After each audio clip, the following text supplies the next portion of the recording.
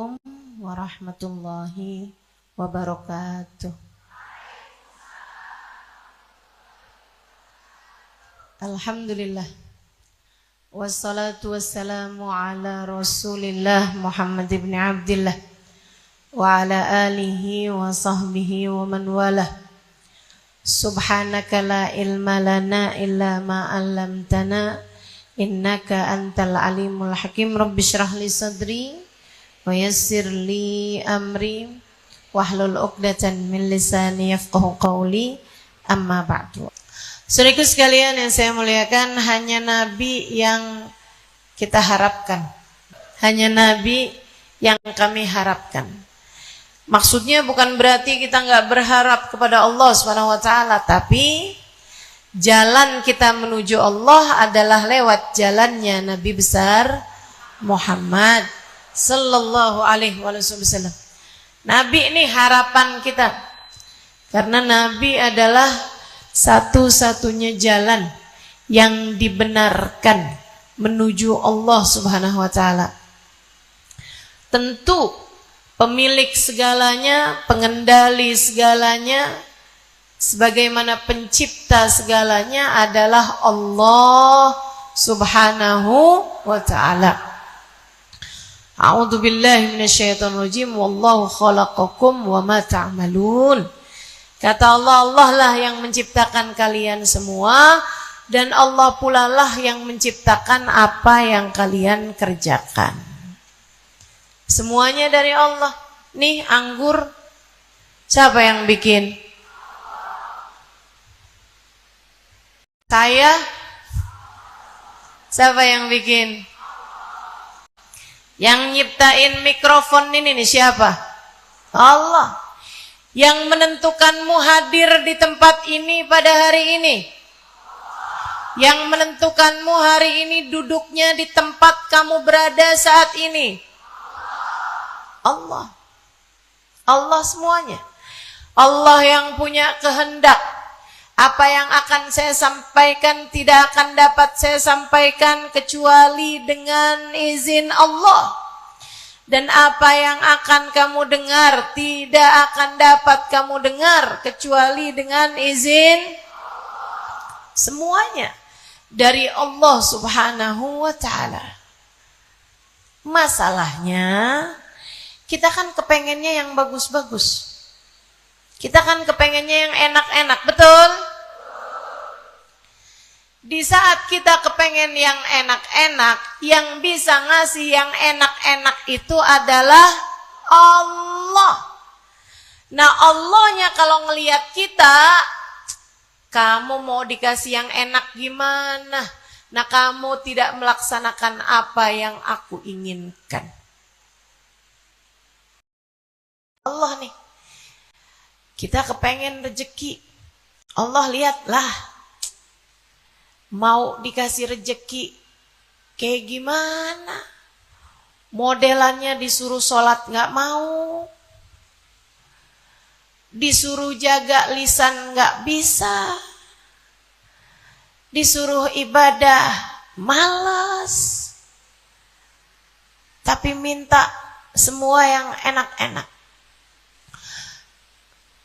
Mintanya kepengen semua orang sayang sama dia. Suaminya biar sayang, anaknya biar sayang, orang tua biar sayang, saudara-saudara biar sayang.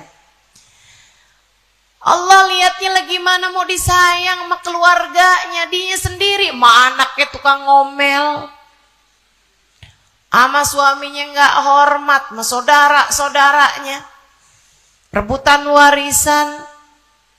Ada yang begitu? Mana orangnya?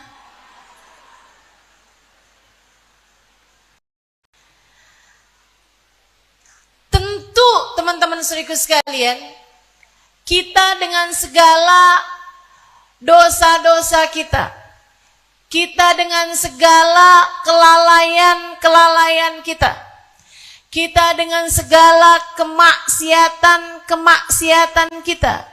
kita dengan segala aib-aib dan noda-noda dalam diri kita dengan segala keburukan akhlak kita, kekerdilan pikiran kita, kejahilan kita, keburukan hati kita, kotornya pikiran kita.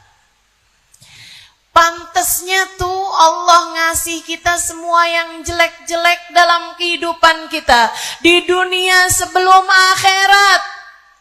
Kalau mau lihat pantas-pantasnya,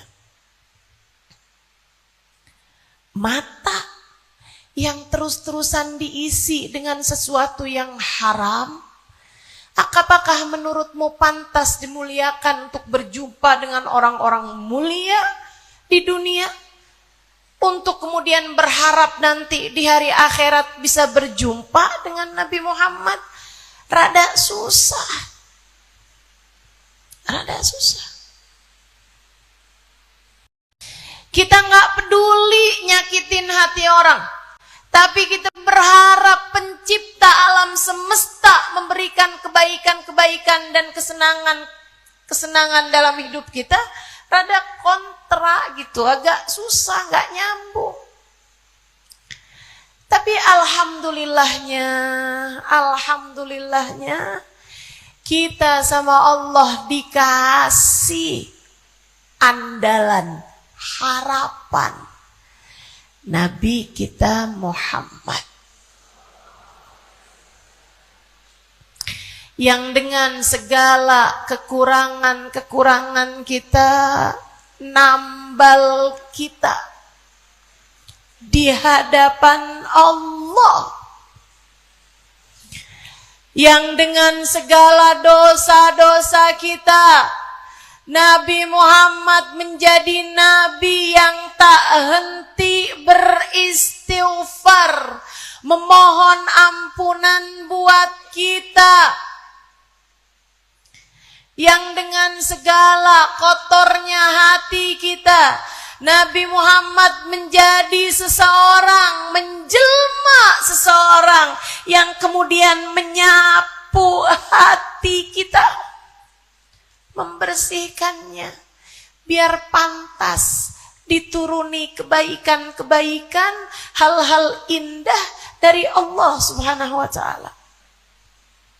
Itu sebabnya kenapa kita bilang bahwa Nabi Muhammad adalah harapan kita.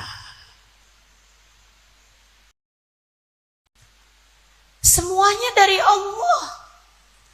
Cuman kitanya nggak pantas dapat yang bagus-bagus dari Allah karena kelakuan kita.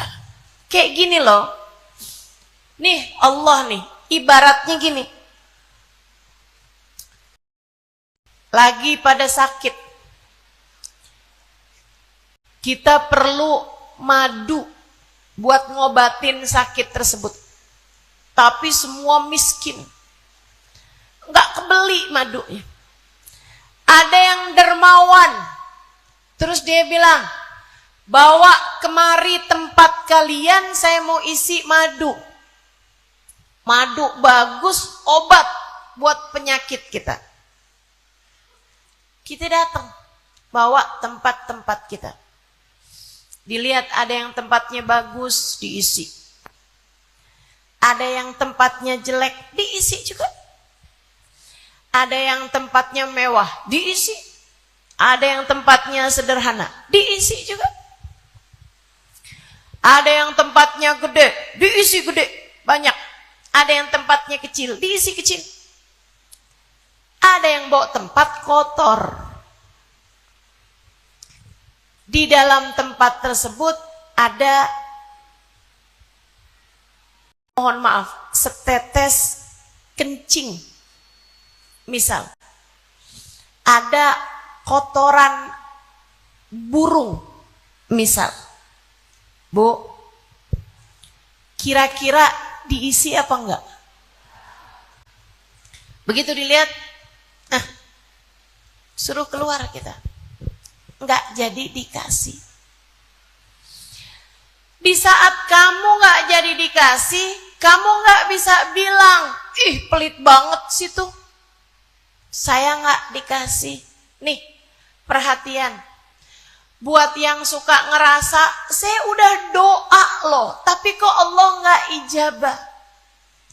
Perhatian, buat siapapun yang suka bilang, kenapa ya hidup saya menderita? Bukankah Allah itu kabarnya Maha Rahman, Maha Rahim? Tapi kok hidup saya susah terus-terusan? Kenapa ya? Saya kok sakit aja? Padahal bukankah Allah yang Maha menyembuhkan? Kok gini ya? Allah kok kejam sama saya? Misal,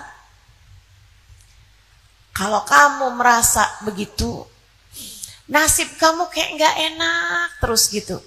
Kayak hidup gak bagus aja gitu. Kayak kamu merasa jadi orang paling menderita se-Bogor Raya.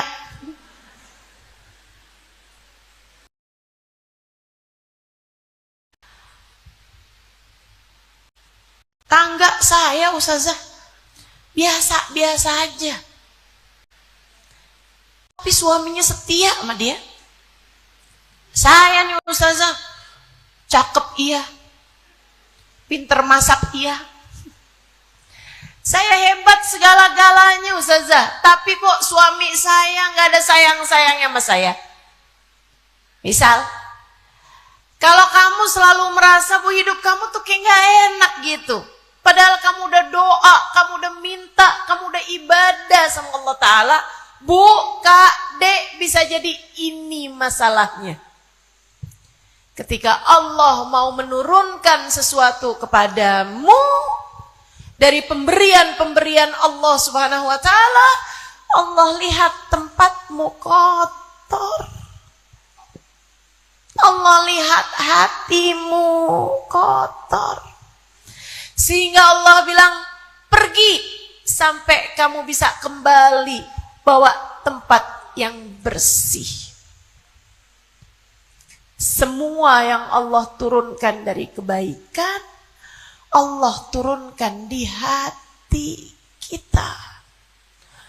Turunnya tuh wadahnya tuh hati, Bu. Makanya dalam hadis Nabi Muhammad bilang, ala inna fil jasadi mudghah, ida salahat salahatil jasad, wa ida fasadat fasadatil jasad.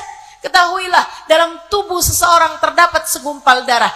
Kalau segumpal darah itu bagus, bagus semua anggota tubuh. Kalau rusak, rusak semua anggota tubuh. Ala wahiyal qalb.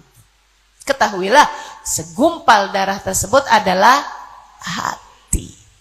Tempat turunnya segala rahmat karunia, segala hal-hal indah datang dari Allah Subhanahu wa Ta'ala.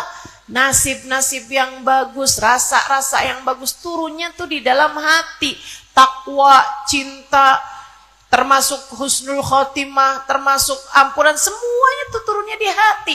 Nah, kalau hatinya kotor, nggak jadi dikasih. Yang ngotorin apa Ustazah? Dosa. Idza adnabal abad nakat fi qalbihi nuktah sauda. Kata Nabi Muhammad, ketika seseorang berbuat dosa, tertorehlah di dalam hatinya satu titik hitam. Kalau dia bertaubat, kehapus. Kalau dia benar lagi, hapus. Tapi kalau dosa terus-terusan, jadi gelap hatinya, jadi penuh hatinya dengan dosa, dengan kotoran tadi ini. Kalau udah ketimbun, numpuk dosanya, jadi ron. Apa ron? Ron itu karat yang Allah sebutkan dalam Al-Quran. Kalla bal rana ala qulubihim bima kanu yaksibun. Kalla innahum an rabbihim yawma idin lamahjubun. Kata Allah, hati-hati. Bal rana ala qulubihim. Ada karat di dalam hati mereka. Bima kanu yaksibun, karena dosa yang sudah mereka kerjakan. Kalla innahum an rabbihim yawma idin lamahjubun.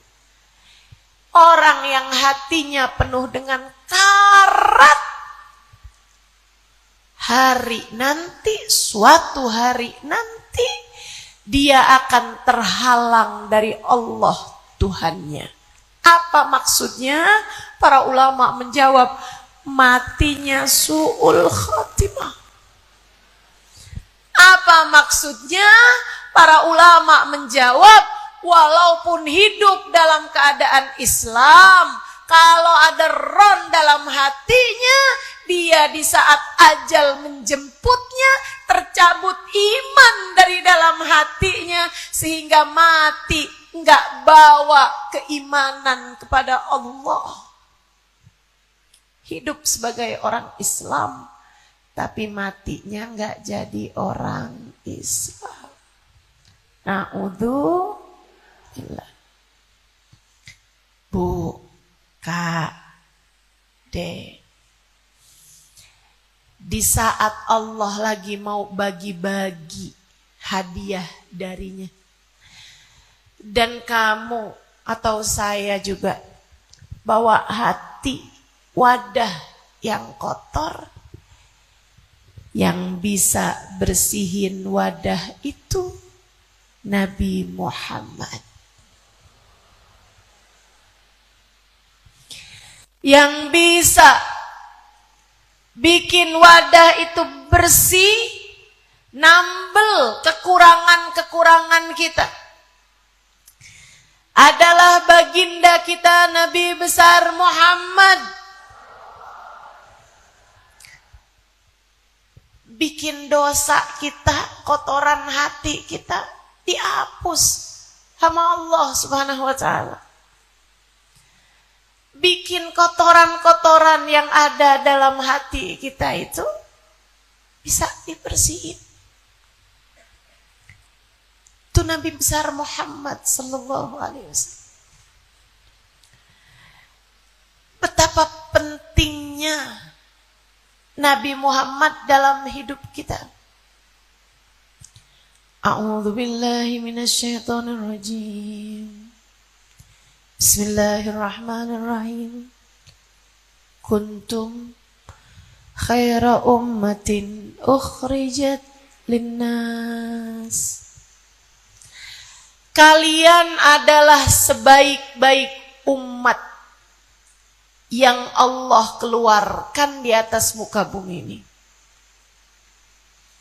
Sebaik-baik umat kalian ini, umatnya Nabi besar Muhammad.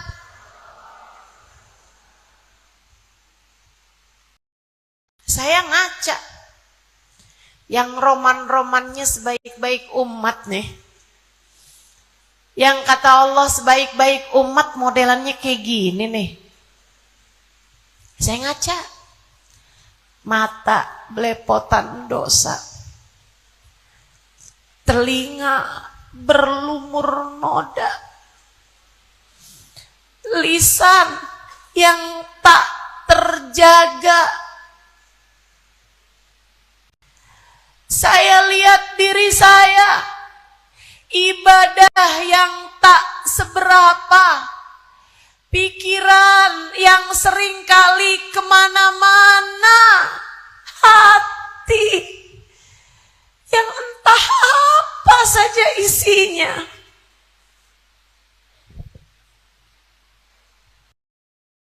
Tapi Allah bilang kuntum khaira ummatin ukhrijat linnas. Kalian sebaik-baik umat yang ada di atas muka bumi. Iya. Saya kayak gini, Allah bilang sebaik-baik umat. Kenapa ya Allah? Sebaik-baik umat saya ini. Gak ada pantas-pantasnya saya lihat dianggap sebaik-baik umat. Katanya Imam Al-Busiri, sahibul Burdah, Bushra lana ma'asyaral islami inna lana minal inayati ruknan ghaira munhadim lamma Da'allahu da'ina li ta'atihi bi akramir rusli kunna akramal umami. Sebenarnya bisa dilaguin, cuman saya tidak punya kecerdasan bernada. Gimana tuh lagunya? Maulaya salli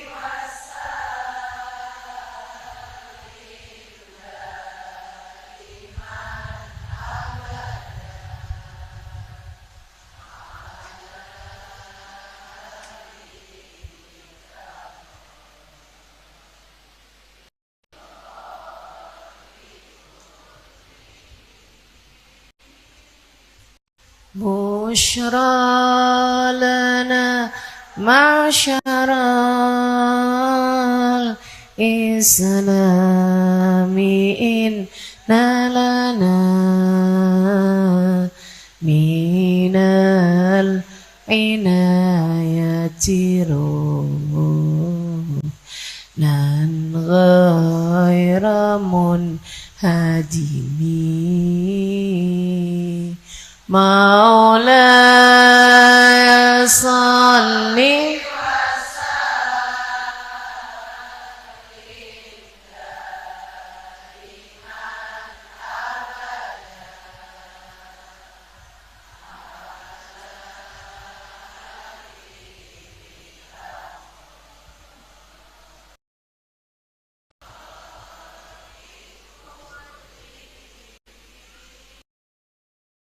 nggak punya kecerdasan bermusik saya. Suaranya di tengah-tengah pada habis, kerendahan ngambilnya. Bushra lana ma'syaral islami inna lana minal inayati ruknan ghaira munhadimi. Beruntung sekali nih kita nih sebagai orang Islam.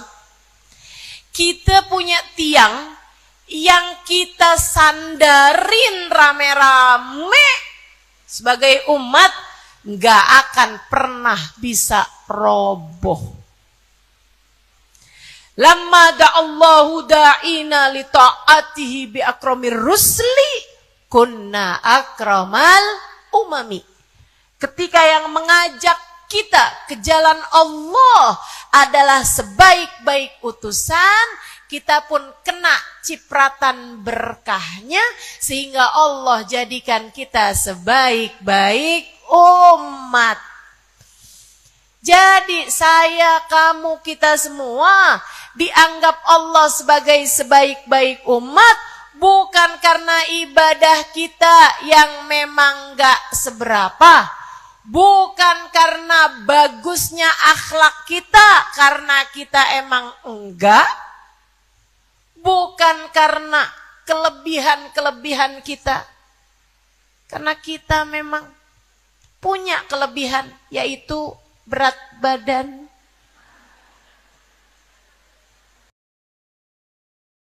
Saya nggak punya kelebihan apa-apa selain berat badan, katanya gitu. Ya Allah.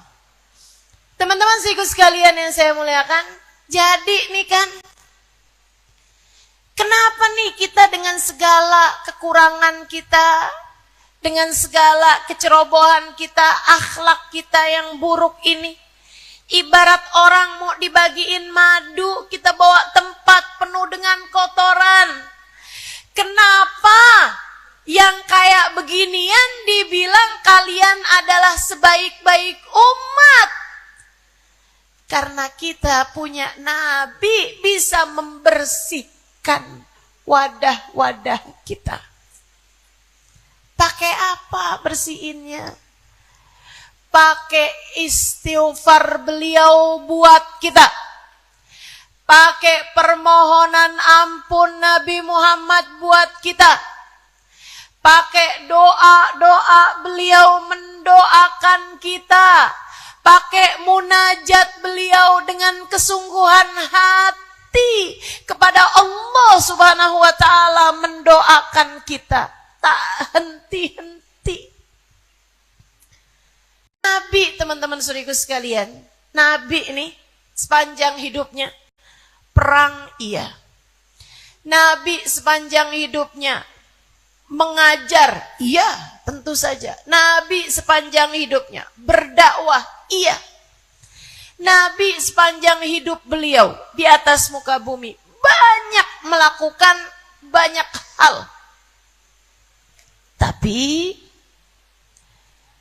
kalau saya pelajari dari sejarah baginda kita Nabi besar Muhammad, seperti yang diriwayatkan oleh Sayyidah Aisyah alaiha ridwanullah.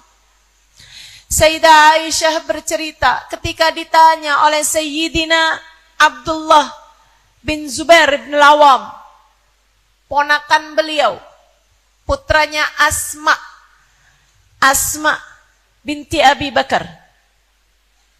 Sayyidah Asma, kakaknya Sayyidah Aisyah, kawin sama Zubair bin Awam, sepupunya Sayyidah Khadijah. Menikah, sebelum Sayyidah Aisyah menikah tentu saja, dapat anak namanya Abdullah bin Zubair, kesayangan Sayyidah Aisyah. Anaknya ini ponakan tapi udah kayak dianggap anak sendiri sama Sayyidah Aisyah. Sayyidina Abdullah bin Zubair khidmah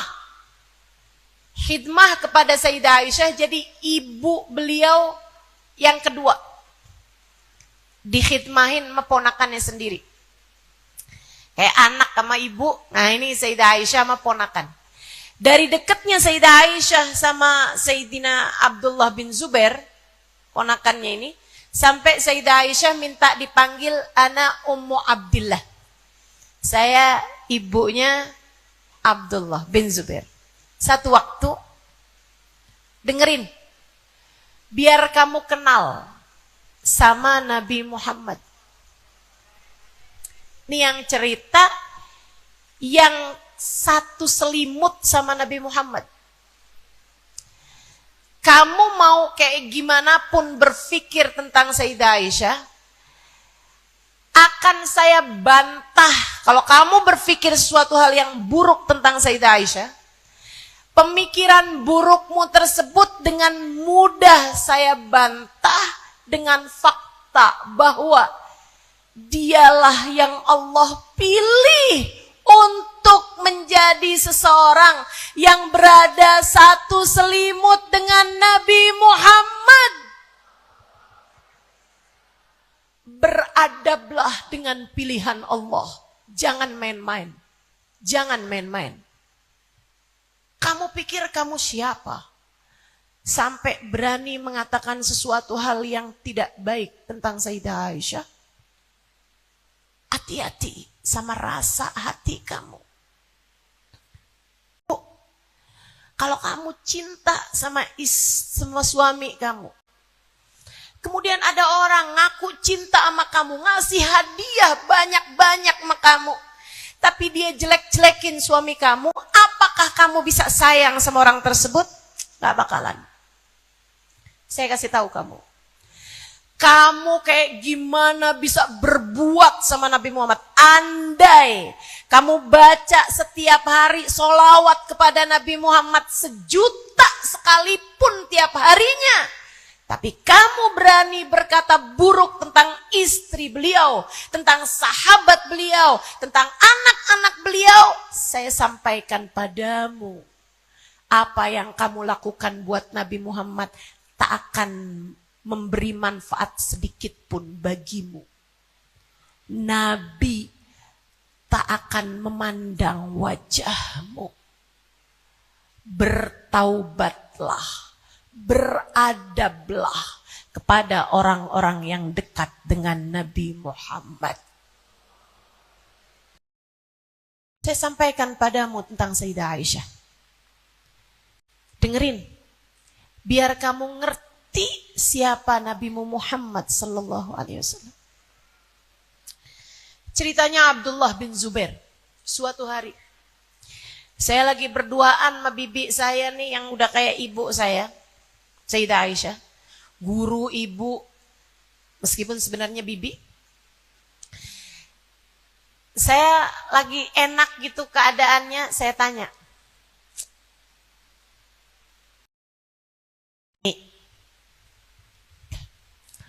ma'ajab ma ra'aiti min Rasulillah sallallahu alaihi wasallam. Mi, Umi kan banyak cerita tentang Nabi nih, Mi.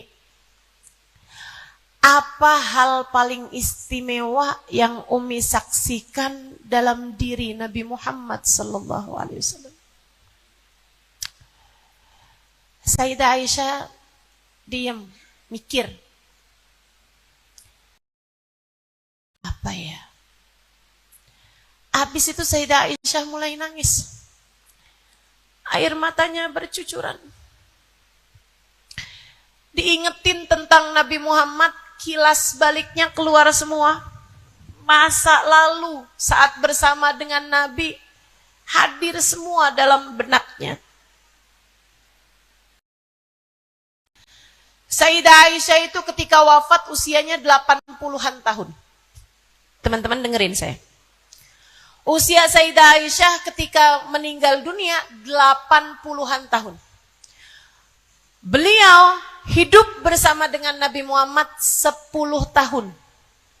Sejak Nabi Muhammad berangkat hijrah ke Madinah sampai dengan tinggal barengnya ya. Sampai dengan Nabi Muhammad wafat 10 tahun kemudian. Dari 80 tahun, hanya 10 tahun sebenarnya Sayyidah Aisyah tinggal dengan Nabi Muhammad.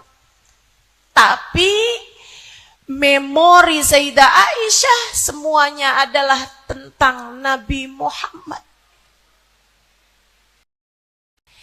Jadi ketika ditanya apa hal paling istimewa yang kau dapati dalam diri Nabi Muhammad, kilas balik memorinya mengingat 10 tahunnya bersama dengan Nabi Muhammad.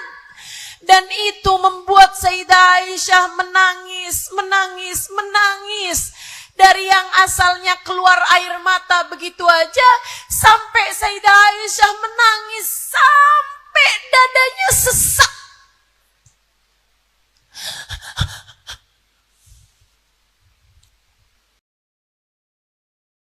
Kata ponakannya Abdullah bin Zubair, ya ampun, saya nyesel. Padahal maksud saya nih, saya mau enak-enak aja nih. Tapi kok ternyata malah gini ya.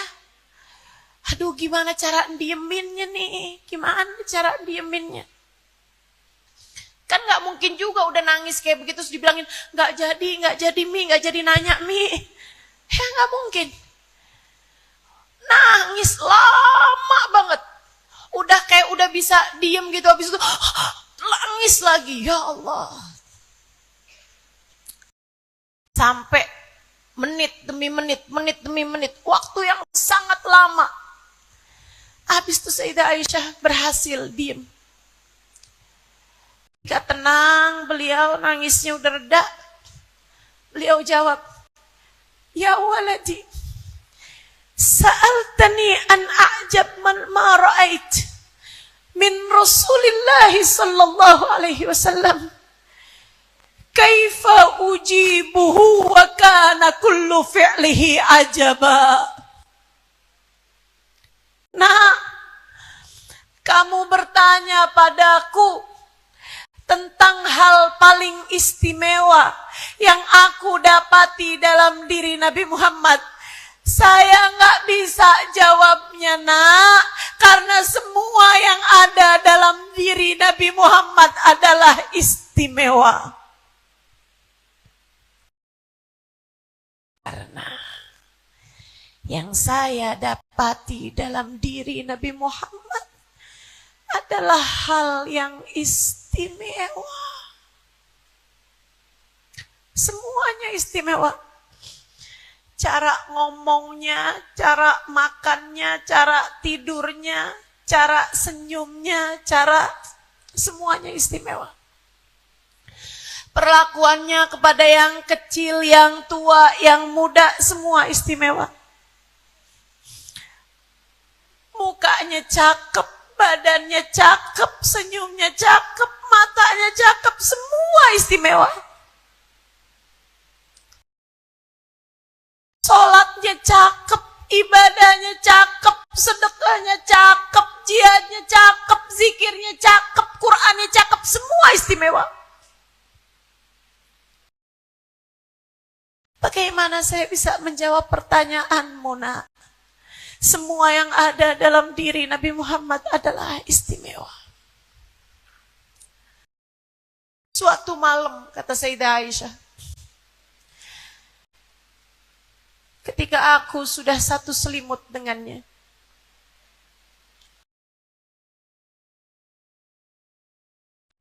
ketika kulitku sudah bersentuhan dengan kulitnya,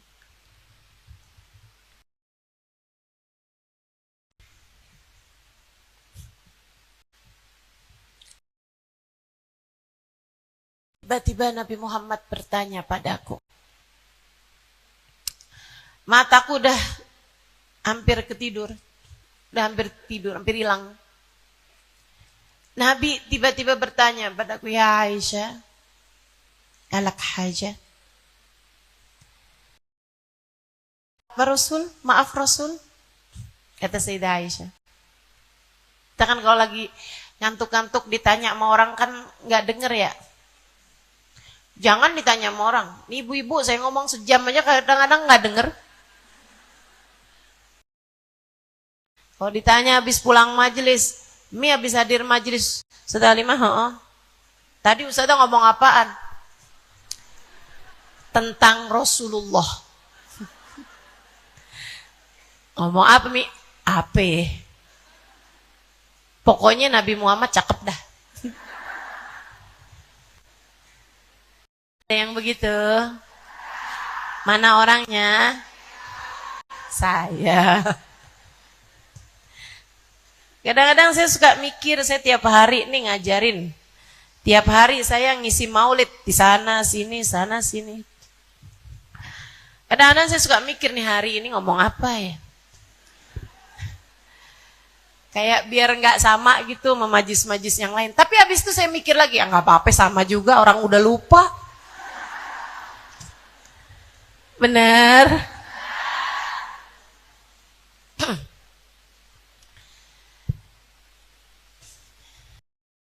Alik hajah, kata Nabi Muhammad. Aisyah, apakah kamu punya hajat denganku? Maksudnya sebagai seorang istri gitu kan, lagi ada hajat, maksudnya kayak hubungan intim atau apa kek, minta diulus kepalanya misal. Sayyidah Aisyah nanyain, memang kenapa Rasul? In kana lak hajat diha. Kata Nabi, kalau kamu punya hajat denganku, aku akan melakukannya untukmu. Wa illa, tapi kalau enggak wahai Aisyah, izinkan aku untuk menghadap Allah Tuhanku. Akhlak. Akhlak. Teman-teman sekalian, akhlak. Suami tuh mau tidur, mau apa, nggak perlu izin istri.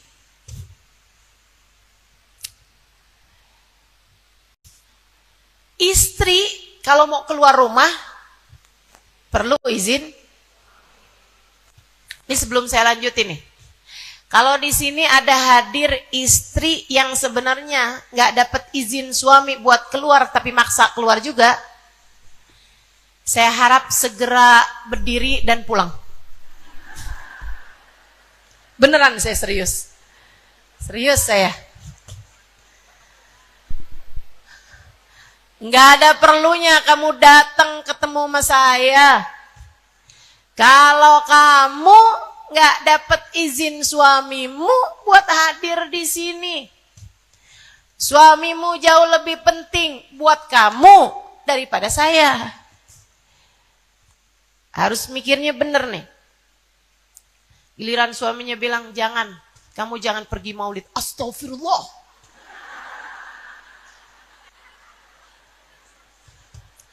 Memang menuntut ilmu itu yang paling berat adalah setan. Kamu keberatan saya menuntut ilmu, berarti kamu adalah astagfirullah. Kamu yang lagi kena bisikan setan itu ya. Kalau kamu tidak melaksanakan pesan suamimu. Sehingga sekalian saya mengatakan, ini Nabi Muhammad. Nabi itu yang jadi suami loh Bu. Enggak perlu pakai izin istri. Tapi akhlak mulia Nabi kita Muhammad sallallahu alaihi wasallam. Nabi Muhammad bilang, carilah dunia yang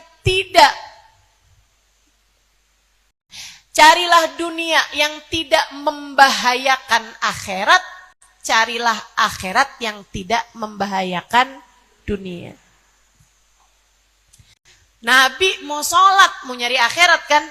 Tapi Nabi nggak mau kalau urusan dunianya jadi salah dengan tidak melaksanakan haknya istri, tidak memberikan haknya istri, tidak melaksanakan kewajiban beliau kepada istrinya. Makanya Nabi menanya dulu.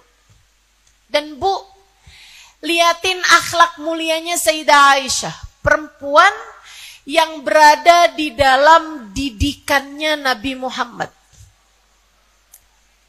Makanya saya sampaikan sekali lagi padamu, jangan kamu ikut sama orang-orang yang berani-berani ngomong sesuatu yang buruk tentang sahabat Nabi Muhammad sallallahu alaihi wasallam ataupun terhadap istri atau keluarga Nabi Muhammad.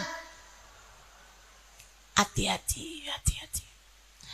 Mereka adalah orang-orang yang dididik langsung sama Nabi Muhammad. Bu, kamu aja nih, kalau misalnya lihat saya gitu, kalau saya melakukan hal-hal yang gak pantas, kamu bakal bilang, padahal dia muridnya Hubabah Nur loh. Padahal dia muridnya Habib Umar loh. Betul? Karena kamu pikir orang yang hebat, orang yang besar ketika mendidik seseorang akan memperbaiki orang tersebut. Bukan begitu? Dan bukankah tak ada guru yang lebih hebat daripada Nabi besar Muhammad? Itulah yang menjadikan khairul qurun qarni, generasi terbaik kata Nabi Muhammad adalah generasi di mana aku berada, generasinya para sahabat-sahabat Nabi Muhammad. Hasil didikan Nabi Muhammad, Sayyidah Aisyatur Ridha, istri Nabi kita Muhammad sallallahu alaihi wasallam. Dinikah sama Nabi dari usia muda, Bu. Biar kenapa? Biar bisa jadi ustazah. Jadi kalau ditanya siapa ustazah pertama dalam Islam, jawabannya adalah Sayyidah Aisyah. Meriwayatkan hadis Nabi kita Muhammad sallallahu alaihi wasallam yang terbanyak di kalangan kaum wanita dan keempat terbanyak di kalangan kaum laki-laki sesudah Abu Hurairah, Sayyidina Ibnu Abbas sama Sayyidina Anas bin Malik. Yang keempatnya adalah Sayyidah Aisyah. Riwayat Nabi Muhammad yang terbanyak. Riwayat hadis Nabi Muhammad SAW yang terbanyak. Hasil didikannya Nabi. Nih Bu nih. Saya pikirin jawabannya Sayyidah Aisyah. Saya akan kasih tahu sama kamu. Letter luck. Tepat seperti itu ucapan Sayyidah Aisyah. Kalau kamu ditanya sama suami kamu lagi ada hajat apa enggak nih sama saya? Kalau enggak, saya mau jalan Kalau kamu punya, ya udah kita kerjain dulu. Misal, mohon maaf ini ya, ini urusan di atas 17 tahun ya. Tapi ini ilmu. Kalau kamu bilang, misalnya, udah pergi aja. Pasti suami kamu akan ngerasa kayak yang, dia kayak nggak terlalu cinta kali ya sama saya. Betul nggak? Betul nggak? Dia nggak seneng dia sama saya. Terus kalau kamu jawab, jangan pergi dong, sama saya aja. Misal. Dia mungkin sebenarnya kan kepengennya cepetan pergi. Cuman dia lagi jagain hati kamu aja. Betul gak? Artinya kamu adalah seseorang yang egois. Yang hanya memikirkan kepentingan kamu belaka tanpa memikirkan kepentingannya suami. Betul gak? Serba salah kan jawabnya? Dengerin jawaban Sayyidah Aisyah. Ya Rasulullah, siapa yang gak senang engkau berada di sisinya? Tapi siapa juga yang berani menghalangimu beribadah menghadap Allah? Wahai Rasul, berdirilah. Silahkan menghadap Allah sesuai atau seperti yang kau inginkan, wahai Rasulullah. Karena Sayyidah Aisyah tahu, Nabi ini kalau tetap di tempat tidur, maksudnya tetap bersama dengan Sayyidah Aisyah, hanya untuk melaksanakan hajatnya Sayyidah Aisyah. Nabi sebenarnya lebih kepengen untuk berdiri menghadap Allah. Cuman takut ngurangin haknya Sayyidah Aisyah. Makanya Sayyidah Aisyah dengan cerdasnya menjawab semacam itu. Rasul, siapa yang gak senang kau ada di sisinya ya Rasulullah? Senang pasti. Tapi siapa juga yang berani menghalangi engkau untuk beribadah kepada Allah, wahai Rasul? Berdirilah. Hadapkanlah dirimu kepada Allah. Nabi Muhammad senyum lebar kayak yang, pinter nih istri saya.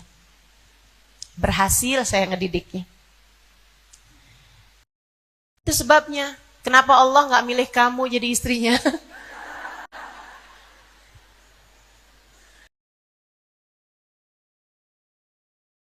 Kita masih ini ya, kurang pinter.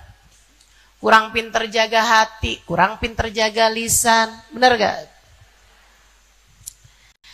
Saudara sekalian, Sayyidah Aisyah bercerita lagi nih, lanjutin ceritanya kepada Abdullah bin Zubair. Fara'aitu Rasul sallallahu alaihi wasallam qam min madja'i. Saya lihat Nabi Muhammad kemudian berdiri dari tempat beliau berbaring, mulai menghadapkan dirinya kepada Allah. Kayak sholat. Ustazah, bukannya tadi Nabi Muhammad dah sentuhan kulit tuh sama istri? Iya. Kok langsung sholat, Ustazah? Ya, itu kekhususan Nabi Muhammad SAW. Atau kalau menurut pendapat Imam Malik, ini tapi agak berat sih nih, teman-teman buat nerimanya ini ilmu agak ketinggian. Saya ragu-ragu nih malah justru jadi salah paham. Kira-kira bisa nyampe nggak nih? Nyampe Ustazah. Ustazah seudon sama kita. Ustazah nggak tahu, kita nih memorinya luar biasa Ustazah. EQ kita nih 140 loh Ustazah. Teman-teman sekalian, mengenai suami istri kalau sentuhan kulit batal apa nggak batal, kan begitu? Jawab batal. Enggak, saya nggak lagi nanya, ini saya lagi ngomong, ya. Hukum mengenai sentuhan kulit suami sama istri, apakah ia membatalkan ataukah tidak, itu adalah pembahasan dan merupakan perbedaan pendapat antara para ulama-ulama. Menurut Imam Malik enggak batal. Dalilnya salah satunya hadis ini. Tuh Sayyidah Aisyah udah sentuhan kulit loh sama Nabi Muhammad. Nabi berdiri langsung sholat aja tuh, nggak pakai wudhu, berarti nggak batal. Atau riwayat yang lain, ada Sayyidah Aisyah meriwayatkan Nabi Muhammad mau keluar dari rumah menuju ke masjid, Nabi Muhammad mencium keningku. Nabi cium kening Sayyidah Aisyah, kemudian jalan menuju ke masjid dan sholat tanpa wudhu kembali. Atau riwayat yang lain, Nabi Muhammad sholat, kaki saya ada di situ. Dan saya tidurnya agak kadang-kadang, apa tuh namanya? Istilahnya orang Betawi, gocan. Betul ya? Maksudnya kalau tidur itu agak gerak-gerak gitu. Kan sebagian orang ada yang kalau tidur diem aja nggak gerak gitu kan. Ada juga yang kalau tidur itu gerak-gerak. Saya diantara yang kalau tidur nggak gerak-gerak. Berarti kalau gerak tuh lagi bangun gitu. Bahaya loh itu. Bahaya. Bisa mati loh itu, doain ya. Biar saya nggak mati. Nggak mati pas lagi tidur nggak gerak gitu kan. Nggak keren banget. Ustazah Halimah mati karena tidur nggak gerak. Sehingga sekalian saya muliakan, Sayyidah Aisyah diriwayatkan pernah tidur kakinya ada di dekat Nabi Muhammad sholat. Nabi mau sujud, minggirin kakinya Sayyidah Aisyah dulu gitu. Ada riwayat seperti itu. Sehingga sekalian saya muliakan, itu kalau kamu mikir, kok kenapa ya Nabi tidur di dekat tempat Sayyidah Aisyah, Nabi sholat di dekat tempat Sayyidah Aisyah tidur. Saya dulu punya dua pemikiran. Antara Nabi Muhammad yang sayang banget sama Sayyidah Aisyah, sampai sholat pun mau deket-deket dengan Sayyidah Aisyah lagi tidur. Atau Sayyidah Aisyah yang cinta banget sama Nabi Muhammad, sampai dengan tidurnya pun juga mau deket-deket dengan tempat sholatnya Nabi Muhammad. Ternyata keduanya salah, teman-teman sekalian. Pemikiran saya tuh dua-duanya sama-sama salah. Kenapa sebenarnya? Sebenarnya adalah karena kamar mereka, rumah mereka sangat sempit. Sehingga di tempat itu Nabi Muhammad sholat, di tempat itu Sayyidah Aisyah tidur. Dan karena sangat sempit tersebut sehingga tidak ada ruang untuk saling sana sholat, situ tidur gitu. Kayak emang kita nih mesti pelajarin sejarah hidupnya Nabi Muhammad tuh lengkap. Biar punya gambaran. Biar nggak salah-salah menyikapi fakta sejarah. Makanya orang tuh yang suka salah-salah nyikapin fakta sejarah, kayak suka ngomong hal-hal yang nggak benar, itu karena belajarnya nanggung. Jadinya begitu. Baik ya ini. Kita nih masih belum bahas yang tadi itu, ini udah lapis-lapis nih. Saya iniin dulu biar cepet. Imam Malik berpendapat berarti suami sama istri itu kalau sentuhan kulit nggak batal.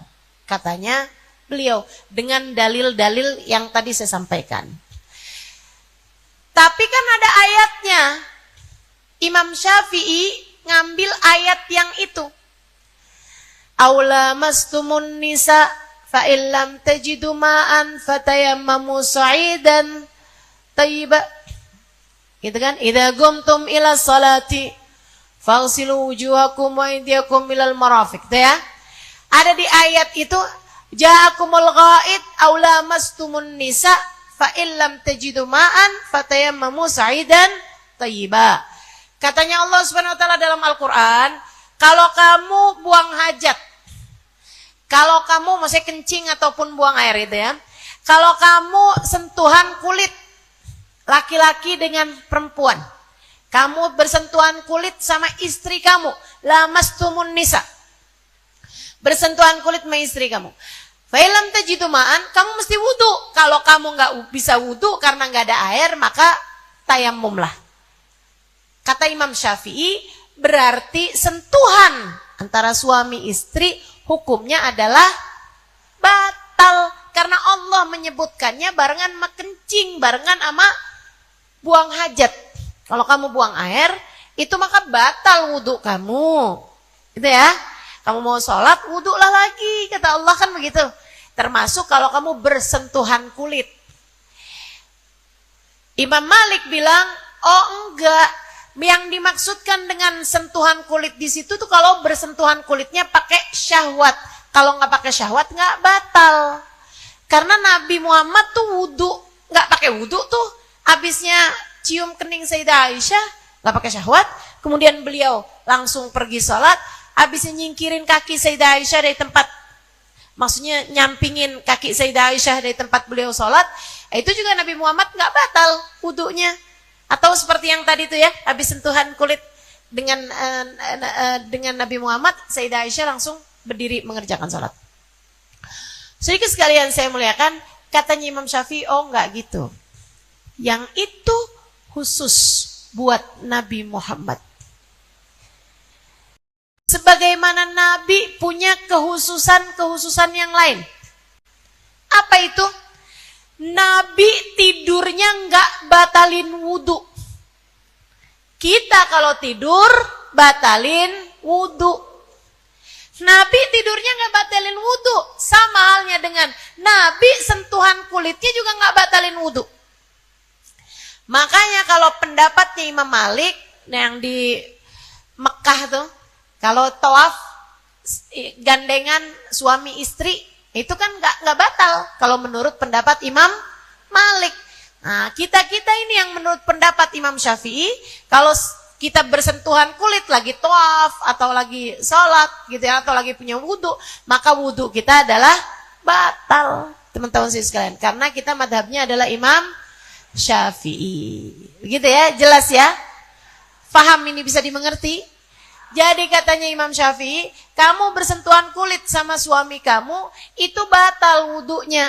Kalau Nabi Muhammad bersentuhan kulit nggak batal. Sama halnya dengan kamu kalau tidur kamu itu bikin batal wudhu. Tidurnya Nabi Muhammad nggak bikin batal wudhu. Kenapa? Sebab katanya Nabi Muhammad, nahnu ma'asyirul anbiya, innama tanam a'yununa walam tanam kulubuna. Kami nih para nabi, bukan cuma saya kata Nabi, tapi semua nabi-nabi yang lain. Kami nih kalau tidur matanya doang yang tidur, hati kami nggak pernah tidur. Nah kalau kita kebalikannya, jangan kata lagi tidur, lagi nggak tidur aja hati kita tidur. Benar? Jadilah Nabi berdiri, kata Sayyidah Aisyah, sholat. Ceritanya Sayyidah Aisyah sama Sayyidina Abdullah bin Zubair. Fara'aitur Rasul sallallahu alaihi wasallam. Aku lihat Nabi Muhammad berdiri sholat. Kata Sayyidah Aisyah. Sholat. Lama banget sholatnya. Dirinya itu lama. Sampai kemudian ruku, i'tidal, saya ketiduran. Saya bangun. Nabi masih sholat juga. Saya tiduran lagi. Saya bangun. Nabi Muhammad masih sholat juga. Kebangun gitu. Saya lihatin Nabi Muhammad masih sholat juga. Sampai saya tidur. Saya kebangun lagi untuk bangun malam. Sayyidah Aisyah bangun malam. Tapi kan sepertiga malam terakhir. Sementara itu Nabi dari awal malam tuh. Dari kayak jam 9-an malam gitu kalau di jam kita. Itu tuh Sayyidah Aisyah lihat ketiduran lagi Sayyidah Aisyah. Muhammad lihat, Sayyidah Aisyah lihat tapi Muhammad masih sholat, ketiduran lagi. Mungkin bangun jam 11, tiduran lagi. Sayyidah Aisyah bangun lagi jam 12, jam 1. Masih lihat Nabi Muhammad sholat juga. Ibadah juga, doa juga, belum tidur juga. Sampai Sayyidah Aisyah lihat, Sayyidah Aisyah bangun dan lihat kaki Nabi Muhammad bengkak. Tawaramat qadamah. Ditanya sama Sayyidah Aisyah, Rasul, lima hadzal juhud kullah ya Rasulullah. Kenapa kok sampai segininya sih Rasul? Sampai bengkak loh kakinya Rasul, sampai bengkak kayak begini nih. Kenapa maksain sendiri, wahai Rasulullah. Alaysa qad ghafar lak ma taqaddam min dambik wa ma ta'akhkhar. Bukankah telah diturunkan untukmu firman Allah yang menyatakan liyaghfira lakallahu ma taqaddama min dambika wa ma ta'akhkhar. Allah mengampuni dosa-dosamu yang lalu maupun yang akan datang. Dan udah diampunin Rasulullah. Apa jawab Nabi Muhammad? Afala uhib an akuna abdan syakura. Aisyah, aku kepengen jadi seorang hamba yang pandai berterima kasih kepada Allah. Nih,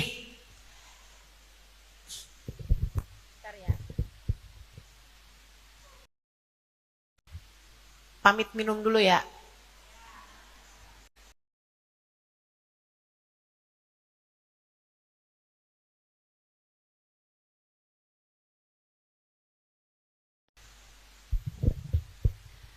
Afala uhib an akuna abdan syakura. Aku kepengen jadi seorang hamba yang pandai berterima kasih kepada Allah. Bu, apa yang sampai Nabi tuh sampai kayak begitu tuh, sholat sampai bengkak telapak kakinya, biar jadi hamba yang bersyukur. Bersyukur dikasih apa? Dikasih liyaghfira lakallahu ma taqaddam min dzambika wa ma ta'akhkhar. Apa itu? Ampunan. Kenapa gitu? Nih saya ceritain. Nabi itu sebelum itu, Nabi setiap malamnya, isi malamnya beliau adalah istighfar. Mohon ampun sama Allah Subhanahu wa taala. Bu, itu dilakukan Nabi Muhammad sampai ceritanya Sayyidina Bilal bin Rabah. Sampai saya dengar suara dari dada Nabi Muhammad, kasauti ghalayanil ma, seperti suara air saat mendidih.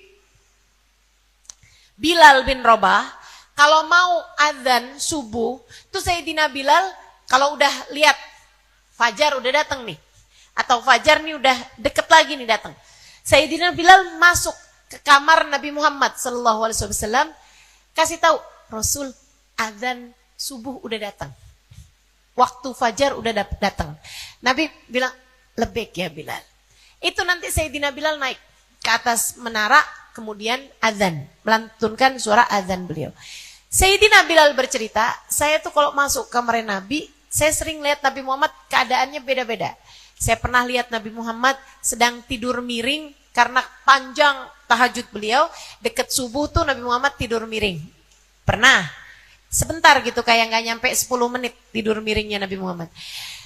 Menjelang subuh, makanya memang itu salah satu dari kesunahan. Kita kalau antara adzan subuh sama sholat subuh, atau sesaat menjelang adzan subuh, itu kita sunnah tuh, baringan, miring. Tapi itu untuk, terutamanya untuk orang yang udah lama bangun malamnya. Nah kalau kita baru bangun dari tidur, terus tidur miring lagi tuh ngapain maksudnya? Ya walaupun yang namanya sunnah ya tetap sunnah ya. Itu teman-teman. Kemudian kadang-kadang juga Nabi Muhammad tuh sedang sholat, kadang lagi baca Quran al-fajri kana masyhuda, kata Allah, sungguhnya ayat Al-Quran yang kamu baca di waktu fajar itu adalah ayat Al-Quran yang disaksikan para malaikat-malaikat Allah. Dan yang sering disaksikan Sayyidina Bilal adalah Nabi Muhammad lagi doa. Kadang di dalam sujud, kadang sambilan duduk, doanya Nabi Muhammad diiringi isak tangis yang katanya Sayyidina Bilal sampai saya dengar suara kayak suara air mendidih dari dadanya Nabi Muhammad,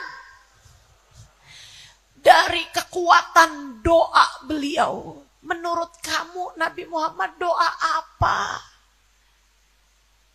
Minta jadi pejabat? Menurut kamu Nabi Muhammad doa apa? Pengen dikasih istri yang cantik. Nabi Muhammad menurut kamu doa apa? Pengen punya mobil baru, pengen punya rumah yang lebih gede. Menurut kamu Nabi Muhammad doa apa?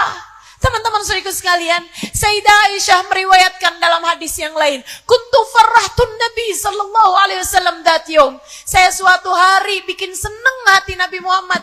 Nabi kemudian mengangkat tangannya dan mendoakanku, ya Allah ampuni Aisyah dosanya yang dulu maupun yang akan datang. Ampuni Aisyah dosanya yang dia tahu yang dia nggak tahu. Ampuni Aisyah dosanya yang dia lakukan terang-terangan atau sembunyi-sembunyi. Ampuni Aisyah dosanya yang dia lakukan sendirian atau bersama dengan orang lain.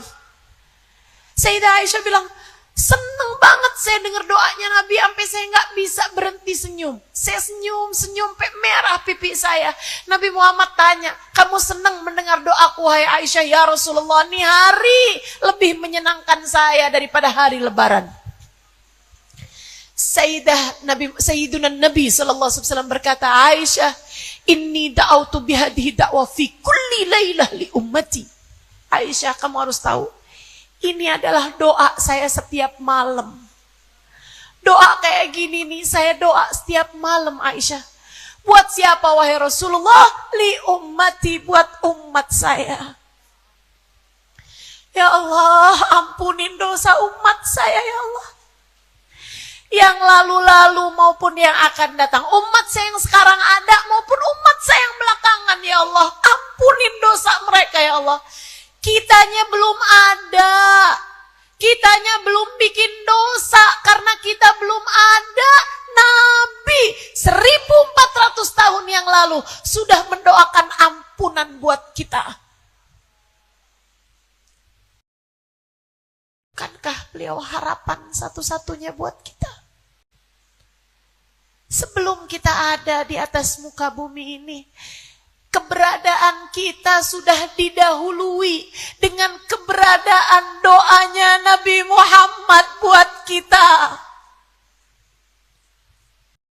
Sama halnya dengan sebelum kita masuk ke dalam kuburan, keadaan kuburan kita sudah lebih dulu didahului dengan doanya Nabi Muhammad sallallahu alaihi wasallam buat kita.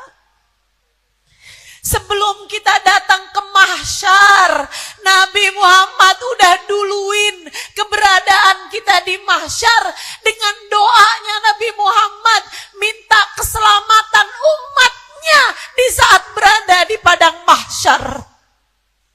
Sebelum amal ibadah kamu ditimbang, Nabi Muhammad sudah mendahului timbanganmu tersebut dengan udah didoain menabi umat saya ya Allah. Kalau amal mereka ditimbang, beratkanlah timbangan pahala mereka ya Allah. Sebelum kamu lewatin mahsyar, sebelum kamu lewatin sirat, sebelum kamu lewatin sirat, kamu udah diduluin sama doanya Nabi Muhammad yang mendoakan umatnya biar selamat di saat melewati jembatan sirat. Bagaimana mungkin kamu tidak menjadikan orang yang demikian keadaannya kepadamu sebagai harapan satu-satunya dalam hidupmu? Harapan kita, harapan saya. Cuman masalahnya satu aja. Ini saya akhiri ini dengan pembahasan ini teman-teman.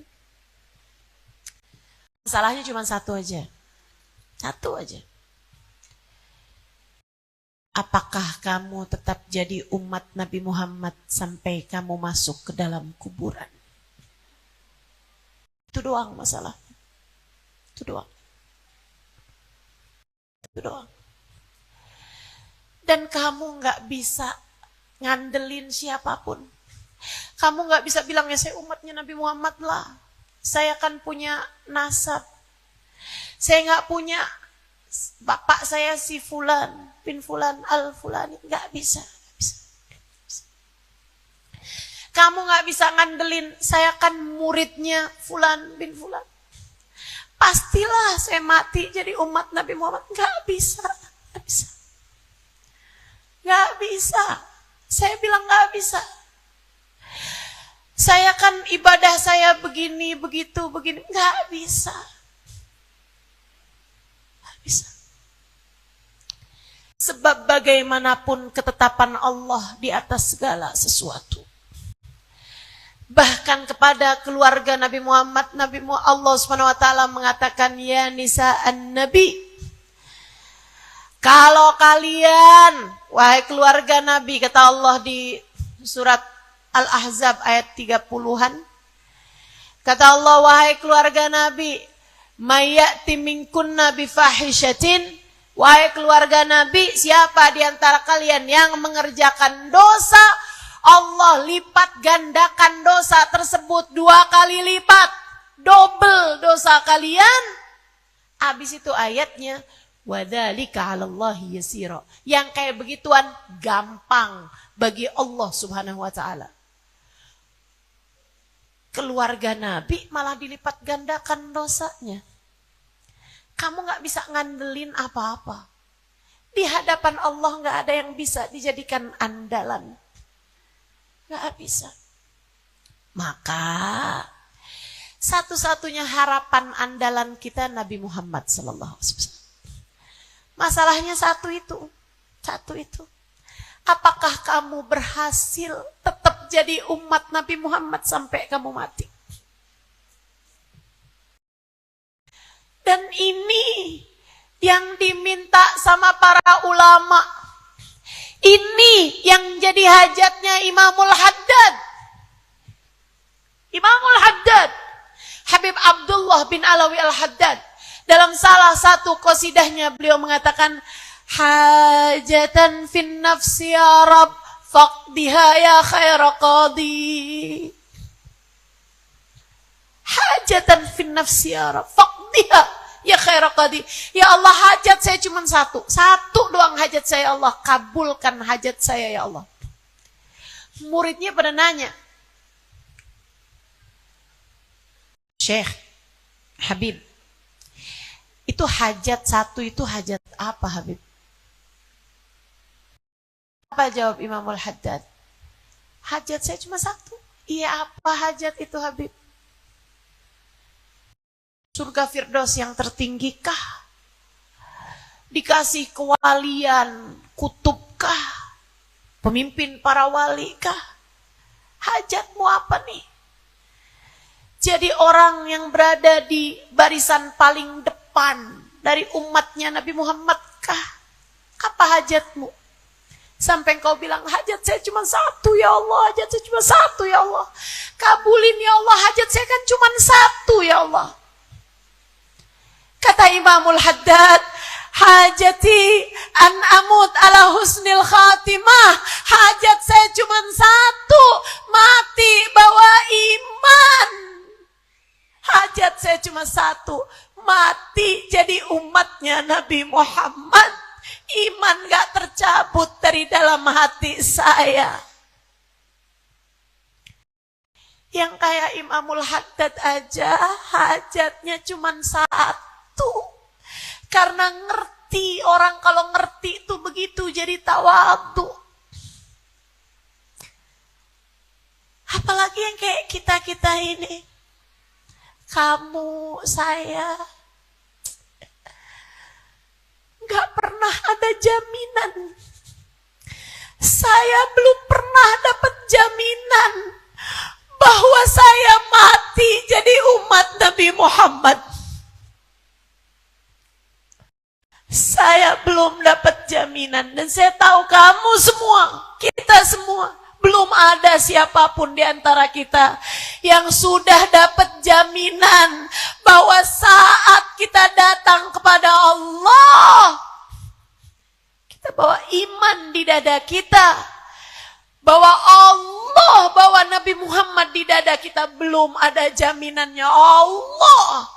Kalau kita ngerjain dosa, kemudian Allah marah sama kita, dengan mudah Allah cabut iman dari dalam hati kita, justru di saat ajal menjemput kita. Hati-hati. hati-hati. Yuk, tinggalin dosa. Tinggalin dosa. Karena ngeri teman-teman. Yang kemarenan berani-berani ngambil hutang riba, ambil pinjol, taubatin, udah. Nggak apa-apa, kamu nggak punya baju kayak yang dipunyain sama ipar kamu, nggak punya tas kayak yang biasa dipakai sama saudara kamu tuh nggak apa-apa, nggak apa-apa. Nggak ganti-ganti panci tuh nggak apa-apa, nggak apa-apa. Nggak ganti horden lama gitu kan, nggak apa-apa. Ya kalau kamu duitnya ada silakan aja, tapi kalau nggak ada tuh nggak usah sampai ngutang teman-teman. Takutnya kalau kamu berani-berani ngambil hutang riba kayak begitu, takutnya dipecat dari umat Nabi Muhammad. Ustazah segitunya nakut-nakutin. Enggak, saya nggak lagi nakut-nakutin kamu. Saya lagi ngasih tahu kamu ilmunya. Saya lagi ngasih tahu kamu kebenarannya, faktanya. Kata Allah Subhanahu wa taala kepada orang yang enggak berhenti riba, fa illam tantahu fa'dzanu biharbin minallahi wa rasulih. Kalau kamu enggak berhenti riba, kamu sedang ngajak perang dengan Allah dan Rasulnya. Saya kasih tahu kamu. Beriku sekalian saya muliakan, tadi pagi saya dengar kajian Sayyidil Habib Umar bin Hafid. Ya Allah, rasanya hati saya jadi serem setengah mati. Ya Allah, ya Allah. Kata Habib Umar bin Hafid, orang paling sulit mati husnul khotimah. Dengerin. Catat di pikiranmu, gak usah ditulis sekarang. Catat di pikiranmu, catat di hatimu. Jangan sampai kamu nggak tahu fakta ini ilmunya. Kata Habib Umar, orang paling sulit mati bawa iman adalah orang yang membiarkan lisannya berghibah, ngata-ngatain orang, gosip tanpa peduli.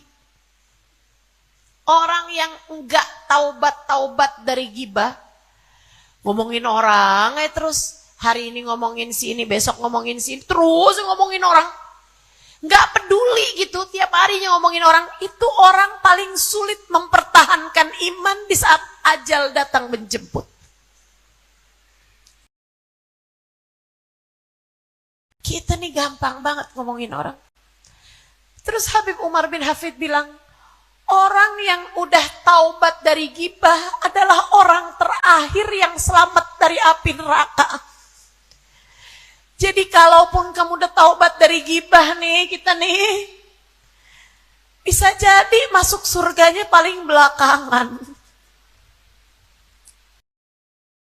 Gimana kamu merasa aman? Jadi Nabi emang bakalan nyelamatin kita, nyafaatin kita, bakalan. Masalahnya cuma satu aja, yang diselamatin sama Nabi itu adalah umatnya. Jadi masalahnya cuma tinggal satu, apakah kamu berhasil jadi umat Nabi Muhammad ketika kamu mati? Itu sisa hidup yang pastinya beda-beda kita. Ada yang sisa mungkin 20 tahun, ada yang sisa mungkin 30 tahun, ada yang sisa mungkin tinggal setahun, ada yang sisa mungkin tinggal seminggu, ada yang sisa mungkin tinggal sebulan. Hati-hati. Hati-hati sama sisa hidupmu. Yang benar makainya, yang benar makainya. Taubatin dosa-dosamu, jangan nambahin lagi. Yang kemarin berani-berani sama suami, udah dah ya, taubat aja. Yang bener sama suami. Yang kemarin-kemarin berani mukul anak, jewer anak, udah deh, yang hati-hati aja. Kamu bayangin, jangan sampai kelakuanmu kepada suamimu, anakmu, orang tuamu, teman-temanmu, orang di sekelilingmu, sama yang haram-haram nih, jangan sampai jadi penghalang antaramu dengan Nabi Muhammad, antaramu dengan syafaat Nabi Muhammad, antaramu dengan ampunan yang Allah berikan lewat Nabi Muhammad.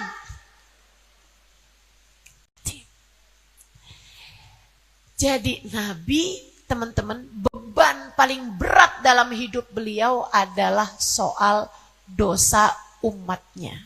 Sampai akhirnya Nabi satu hari lagi tidur di tempat tidurnya Sayyidah Aisyah, di rumah Sayyidah Aisyah. Ini salah satu dari kelebihan-kelebihannya Sayyidah Aisyah. Nabi dapat ayat ini di saat beliau sedang ada di pembaringan Sayyidah Aisyah. Nabi bangun dari tidurnya, Nabi senyum, ketawa lebar banget. Senengnya tuh sampai kayak orang baru dapat apa gitu. Nabi senang banget. Sujud syukur Nabi. Habis sujud syukur pun masih senyumnya lebar banget. Sampai Sayyidah Aisyah ngeliatin itu dari tadi itu ngeliatin aja. Habis itu Sayyidah Aisyah gak tahan. Dia nanya, ma'adhaka ya Rasulullah. Seneng bener Rasul. Apaan? Kenapa wahai Rasul segitu senengnya? Nabi Muhammad menjawab, unzilat alayya ayah min ayatil Quran wa ana naim. Ketika saya tidur tadi itu Aisyah, saya diturunkan firman Al-Quran. Saya diturunkan ayat-ayat Al-Quran. Khairun li minad dunya wa ma fiha. Lebih saya sukai daripada saya dikasih dunia seisinya. Apa ayatnya wahai Rasulullah? Segitu senangnya Nabi sampai sujud syukur. Apa ayatnya? A'udzubillahi minasyaitonirrajim. Bismillahirrahmanirrahim. Inna fatahna laka fathan mubina liyaghfira lakallahu ma taqaddama min dhanbika wa ma ta'akhkhar wa yutimma ni'matahu 'alaika wa yahdiyaka siratan mustaqima. Inna fatahna laka fatham mubina. Kami akan membukakan untukmu wahai Nabi Muhammad pembukaan kota Mekah. Fathu Mekah. Mekah ini akan kamu masuki dalam keadaan terbuka. Kami menghadiahkannya untukmu wahai Nabi Muhammad. Saat itu, saat Fathu Mekah nanti, liyaghfira lakallahu ma taqaddam min dzambik wa ma ta'akhkhar. Allah akan beri ampunan padamu wahai Nabi Muhammad, menggugurkan dosa-dosamu yang lalu maupun menggugurkan dosa yang lalu maupun yang akan datang. Bu, Nabi ngerti banget kalau Nabi itu maksum gak punya dosa. Tapi Nabi segitu senengnya ketika diturunkan ampunan. Kenapa? Karena ampunan yang Allah kasih itu banyak banget, gede banget. Dengannya Nabi bakal bagi-bagi kepada umatnya untuk menjadikan seluruh dosa umatnya diampuni Allah. Makanya kita kalau lagi qiyam kita bilang Rabbi faghfirli dunubi bibarkatil hadi. Ya Allah, ampuni dosa-dosa saya dengan berkatnya Nabi Muhammad.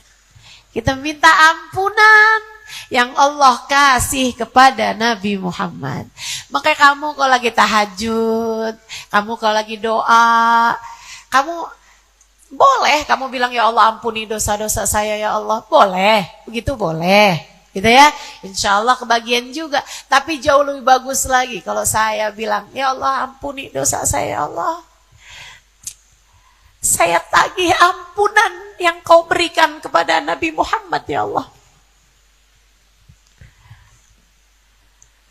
Ampunan yang kau berikan kepada Nabi Muhammad. Buat siapa lagi kalau bukan buat kami umatnya yang penuh dosa ini ya Allah.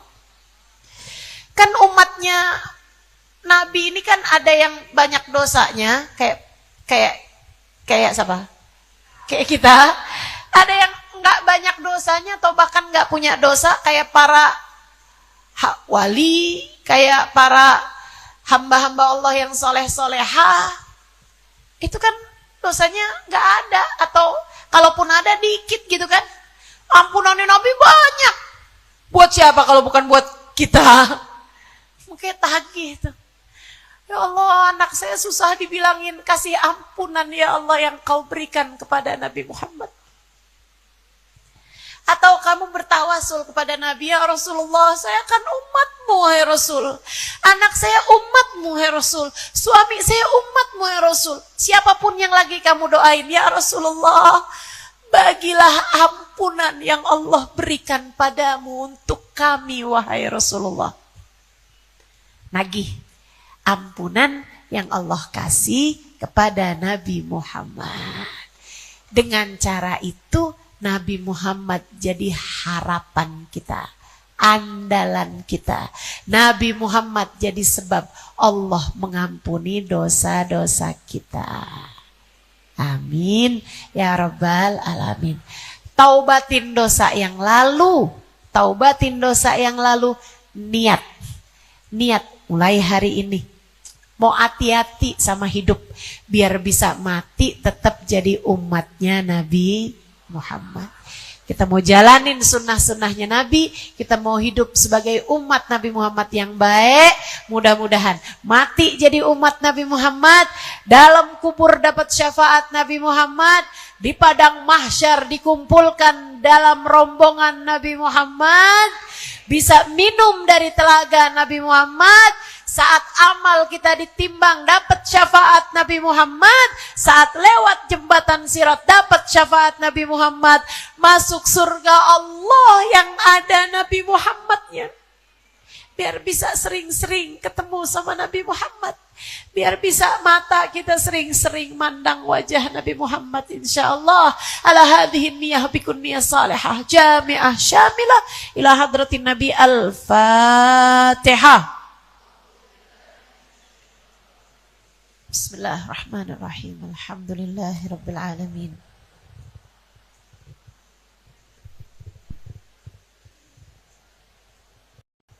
Shiratal mustaqim, shiratal ladzina an'amta 'alaihim. اللهم بحق الفاتحة برمة الفاتحة بركة الفاتحة تفتح لنا أبواب الخير، تعامل لنا معاملة أهل الخير، تكفينا من جميع الفتن والمهن بؤس وضير، إنك ولي كل خير متفضل بكل خير برحمتك يا أرحم الراحمين. اللهم إنا نسألك زيادة في الدين، بركة في الأمور، صحة في الجسد، سعة في الرزق، وتوبة قبل الموت، شهادة عند الموت، مغفرة بعد الموت، وعفوا عند الحساب، وأمانا من العذاب، ونصيبا من الجنة، وارزقنا النظر إلى وجهك الكريم. عافنا من بلائك، وأوزئنا شكر نعمائك، وذقنا برد عفوك وحلاوة مناجاتك. اللهم ما قضيت علينا من أمر فاحفظ علينا فيه الأجل والدين. اللهم ما قضيت لنا من أمر فاجعل عاقبته رشدا. اللهم إنا نسألك فهم النبيين وحفظ المرسلين وإلهام الملائكة المقربين يا رب يا كريم يا رب يا رحيم. اللهم ارزقنا حبك وحب من يحبك وحب كل أمل يقربنا إلى حبك، واجعل حبك وحب نبيك سيدنا محمد صلى الله عليه وسلم أحب إلينا مما سواكما. يا الله بها يا الله بها يا الله بحسن الخاتمة يا مقلب القلوب ثبت قلوبنا على دينك وتوفنا على ملتك يا محول الأحوال. حول حالنا إلى أحسن الحال وعافنا من أحوال أهل الضلال وفعل الجهال. اللهم اجعل جمعنا هذا جمعا مرحوما وتفرقنا من بعده تفرقا معصوما، ولا تجعل اللهم لنا ولا فينا ولا معنا شقيا ولا مترودا ولا محروما. اللهم ربنا تقبل منا إنك أنت السميع العليم، تب علينا إنك أنت التواب الرحيم. بفضل سبحان ربك رب العزة عما يصفون وسلام على المرسلين والحمد لله رب العالمين.